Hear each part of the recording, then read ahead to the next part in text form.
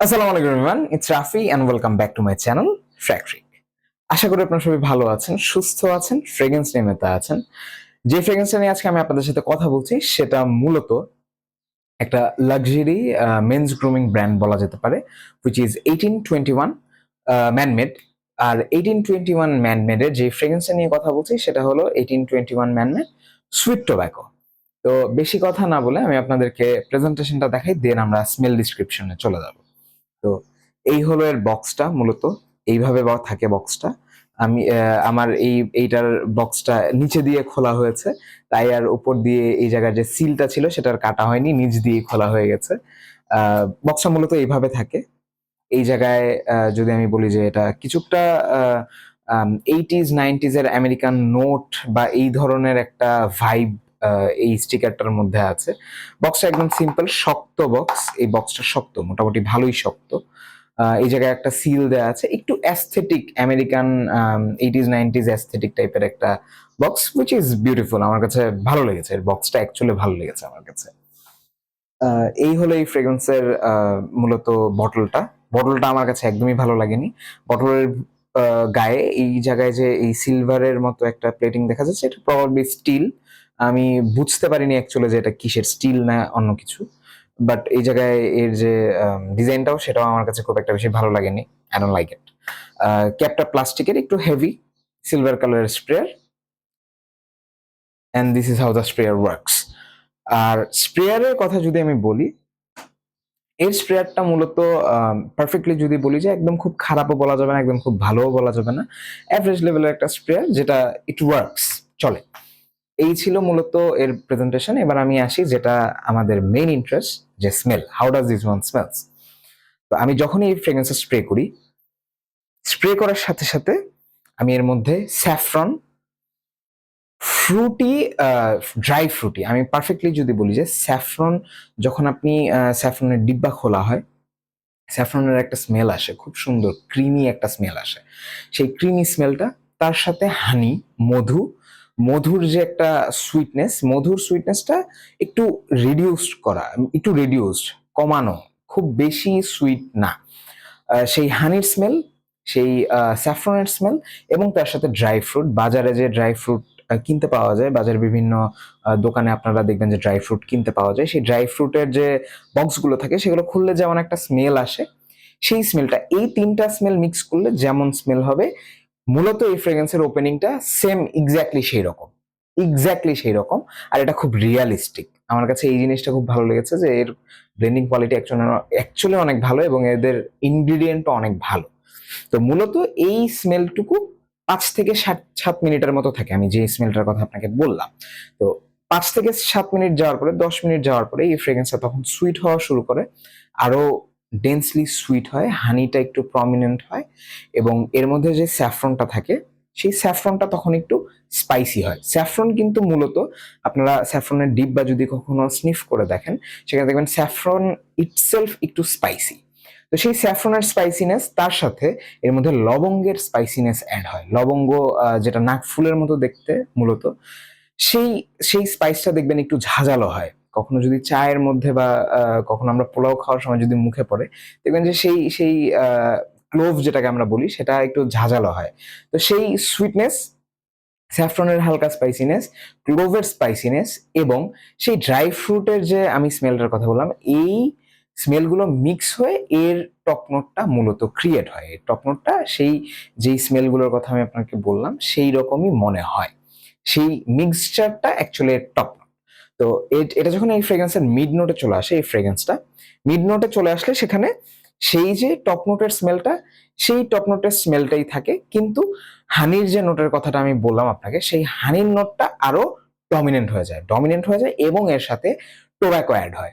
খুব সুন্দরভাবে tobacco add হয়, এবং এর যে টোব্যাকোটা, সেটা ড্রাই সুইট টোব্যাকো, একদম একটু ম্যানলি টাইপের টোব্যাকো। এইরকম টোব্যাকো আমি অ্যাকচুয়ালি অন্য কোনো ফ্রেগ্রেন্সে ইউজ আই মিন ইউজ করতে দেখিনি, বা খুব, আমি এই পর্যন্ত যা এক্সপ্লোর করেছি তার মধ্যে একটাও ছিল না এই ধরনের টোব্যাকো। এর টোব্যাকোর কোয়ালিটিটা অ্যাকচুয়ালি অনেক ভালো। তো মিড নোটটা ওই রকমই। এর মধ্যে সেই হানির যে স্মেলটা, সেটা অ্যাকচুয়াল একদম হানি যে একদম রিয়েলিস্টিক হানির মতো সেটা না। আমার কাছে মনে হয় যে এর মধ্যে অ্যাম্বার এবং হানি দুইটা নোট মিক্স হয়ে খুব সুন্দর একটা সুইট স্মেল ক্রিয়েট হয়েছে। এটা একদম রেজিনাস না, এটা একদম ভ্যানিলিক সুইটনেস না, খুব সুন্দর হানির একটা স্মেল, অ্যাম্বারি একটা টাচ, খুব সুন্দরভাবে এর সুইটনেসটা এই ফ্রেগ্রেন্সটাকে ক্যারি করে এর মিড নোটে। যখন এটা ড্রাই ডাউনে চলে আসে সেই হানির স্মেলটা বা সুইট স্মেলটা, মূলত সুইট স্মেলটা থেকে যায়, এর যে টোব্যাকোটা সেটা তখন প্রমিনেন্ট হতে থাকে, সেটা আরো প্রমিনেন্ট হতে থাকে। টোব্যাকো, হানি এবং একদম এন্ডে যখন চলে যায় সেটা একটু অ্যাম্বারি হয়ে যায়। একদম ড্রাই ডাউনে গেলে সেই সুইট আর টোব্যাকোটাই রয়ে যায়, যেমনটা এর বটলে লেখাই থাকে এই জায়গায়, যেটা সুইট টোব্যাকো। তো এই ড্রাই ডাউনটা মূলত সেই সুইট টোব্যাকোই, এই ড্রাই ডাউনটা একদম সুইট টোব্যাকোই হয়ে যায়। এই ছিল মূলত এই ফ্রেগ্রেন্সের top to bottom smell description. এখন আমি যদি আপনাকে বলি যে যখনই হানি টোব্যাকোর কথা আসে তখন সেখানে ন্যাক্সোস, তখন সেখানে পিওর হাভান, এই ফ্রেগ্রেন্স গুলার একদম খুব প্রমিনেন্টলি নাম উঠে আসে যায়, কারণ হানি টোব্যাকো মাস্টার তারাই। আরো ফ্রেগ্রেন্স থাকতে পারে যেগুলো হয়তো বা আমার এক্সপ্লোর করা হয়নি, তবে আমার জানা মতে আমি ওই দুইটা ফ্রেগ্রেন্সই দেখেছি। যখন মানুষ কথা বলে যে হানি টোব্যাকোর, তখন ওই দুইটা ফ্রেগ্রেন্সের কথা অনেক স্ট্রংলি রেকমেন্ডেশনে আসে। তো আমার কাছে আমি কোনোভাবে এই ফ্রেগ্রেন্সটাকে, আমি যখনই শুনেছি এটা হানি টোব্যাকো বেস্ট ফ্রেগ্রেন্স, আমি আহ, আমার যে বড় ভাই মুশিক ভাই, তাকে আমি জিজ্ঞেস করেছিলাম যে ভাই এটা কি অ্যাকচুয়ালি নেক্সাসের মতো স্মেল করে কিনা বা পিওর হাভানের মতো স্মেল করে কিনা। সে আমাকে বললো যে কিছু একটা ফিল হতে পারে তোমার, বাট আমি যখন স্প্রে করেছি বা আমি যখন ইউজ করেছি, এটা আমার কাছে কোনোভাবেই আমার কাছে এটা আমার কাছে নেক্সোস বা পিওর হাভানের কাছাকাছি মনে হয়নি। এটা আমার কাছে ডিফারেন্ট ফিল হয়, আমি একদমই এটার সাথে রিলেট করতে পারি না। এটা আমার পার্সোনাল মতামত বা আমার পার্সোনাল ওপিনিয়ন হতে পারে, আপনাদের মতো মতামতে সেটা ডিফারেন্টও হতে পারে। আমার ফিল হয়নি বলে যে আপনাদের ফিল হবে না এমন কোনো কথা নেই। আমি কোনো এক্সপার্ট না, আমি কোনো পারফিউমার না, আমি কোনো টিচার না, আমি একজন এনথুসিয়াস্ট, আমি একজন ফ্রেগ্রেন্স লাভার। আমি যে জিনিসটা এক্সপিরিয়েন্স করি আমি সেটাই আপনাদের সাথে শেয়ার করার চেষ্টা করি, আপনাদের সাথে সেটাই সেই ব্যাপারেই কমিউনিকেট করার চেষ্টা করি। তো এবার আমি জেন্ডার লঞ্জিভিটির কথাটা বলি। আমার কাছে এটা একটু ম্যাসকুলিন লিভিং ফিল হয়। আমি এটা কোনো আপুকে রেকমেন্ড করতে পারবো না, বা কোনো আপু এটা অ্যাকচুয়ালি ওয়্যার করবে বলে কমফোর্টেবল আমার মনে হয় না, যদিও এটা ইউনিসেক্স বলে সেল করা হয় মার্কেটে। এটার প্রজেকশন অনেক স্ট্রং। আমার এটা আমি আমার মাকে বলে রেখেছি সবসময় যে আমি যখনই কোনো ফ্রেগ্রেন্স স্প্রে করব, তুমি যদি স্মেল পাও আমাকে সাথে সাথে ডেকে বলবা। তো যখনই আমি ফ্রেগ্রেন্স স্প্রে করেছি, স্প্রে করার সাথে সাথে আমার মা ডিফারেন্ট রুম থেকে আমাকে বলছে, তুমি কি স্প্রে দিয়েছো কোনো, পারফিউম দিয়েছো কোনো, তুমি কি কোনো পারফিউম ইউজ করেছো? তখন আমি বুঝতে পেরেছি যে না, এই পারফিউমটা অ্যাকচুয়ালি অনেক প্রজেক্টিং, অনেক স্ট্রং প্রজেক্টিং। এটা অনেক স্ট্রংলি প্রজেক্ট করে। আই মিন, আপনি ঘরের এক কোনায় স্প্রে করলে আরেক কোনায় পাওয়া যাবে, এমন খুব স্ট্রং প্রজেক্টিং।